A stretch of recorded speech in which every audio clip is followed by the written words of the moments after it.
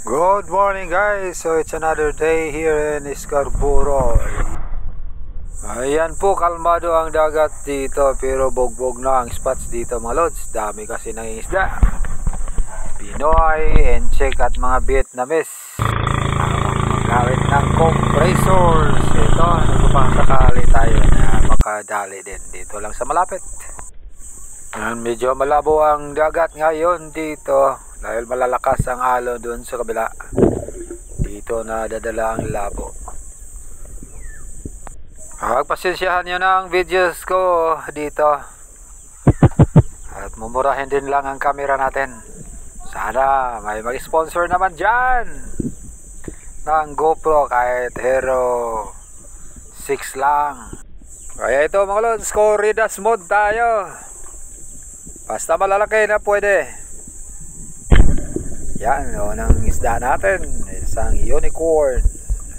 Slick unicorn yan.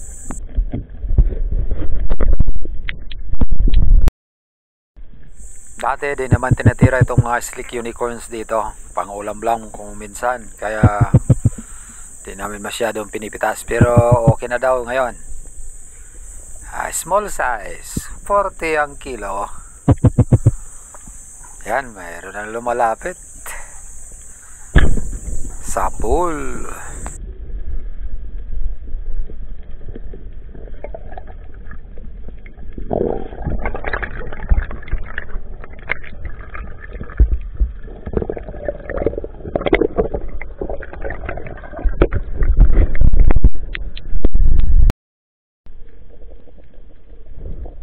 Medyo naninibago pa tayo dito mga lods dahil nag-set up ako ng breakaway pang mamaw sana, pero wala namang nagpapakitang mamaw. Nandun pa rin ang reel pero hindi ko na ginamit. So breakaway set up yan mga lods.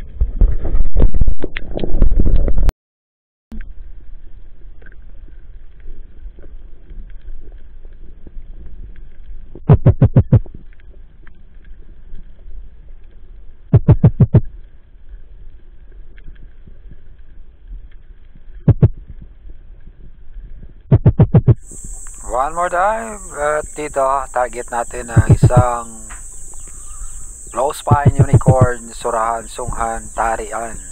Medyo mahal ito. Good size, around 1 kilo ang good size, up to 2 kilos, 60 pesos.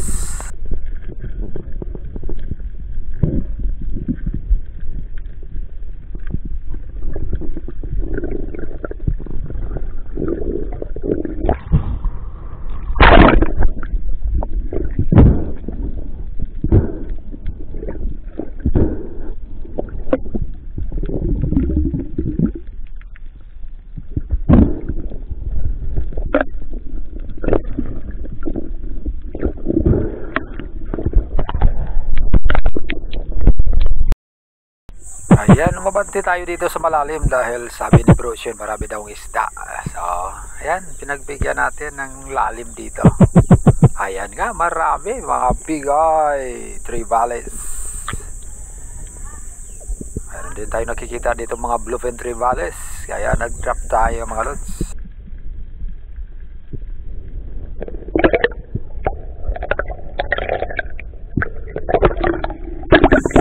Ayan, biglang bumaba sila mga lods. So, angat tayo.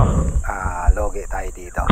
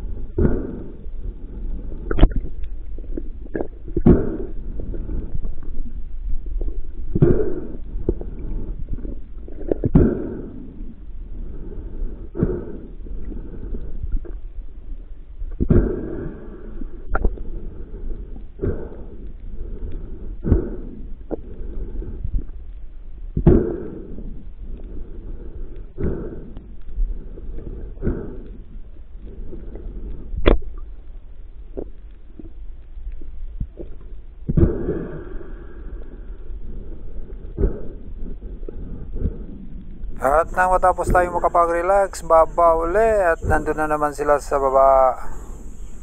Medyo maangat na naman.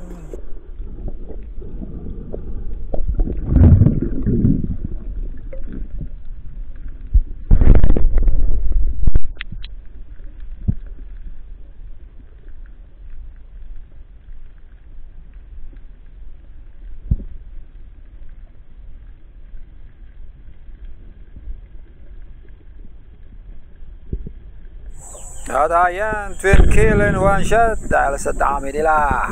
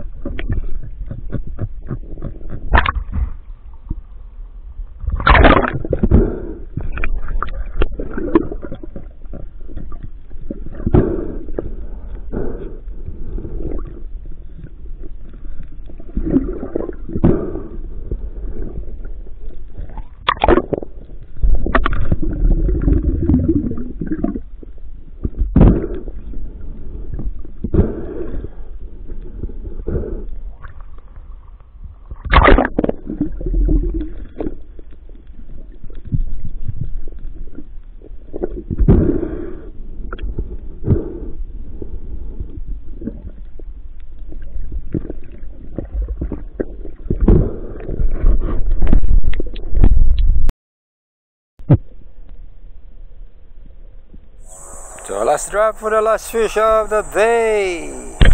Ayan po.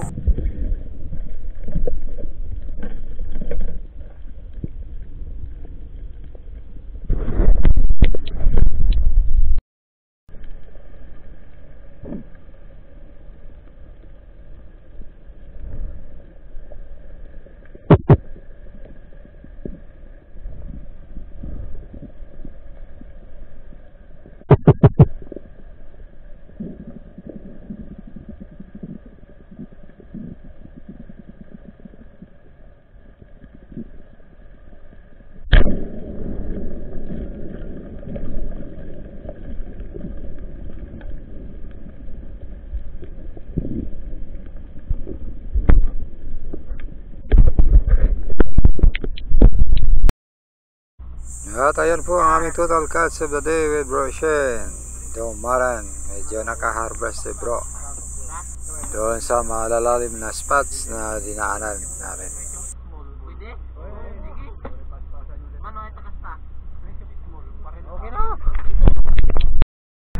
It's another day of adventure dito sa Scarborough. Dito lang tayo sa malapit at solo dive. Medyo tanghali na tayo bumaba.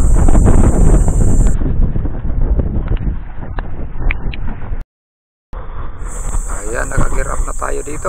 Let's go!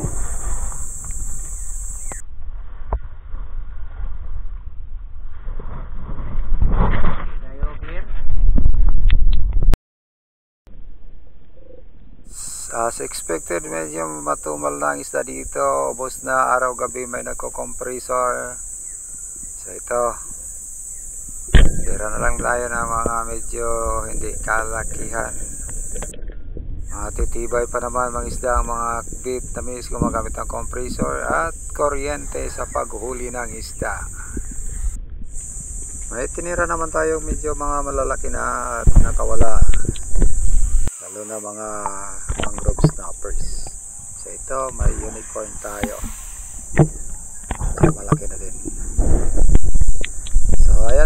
ito, bawi na lang tayo next time. Napakatumal sa araw na to. Panghulam lang. Thank you for watching, guys. See you on the next episode.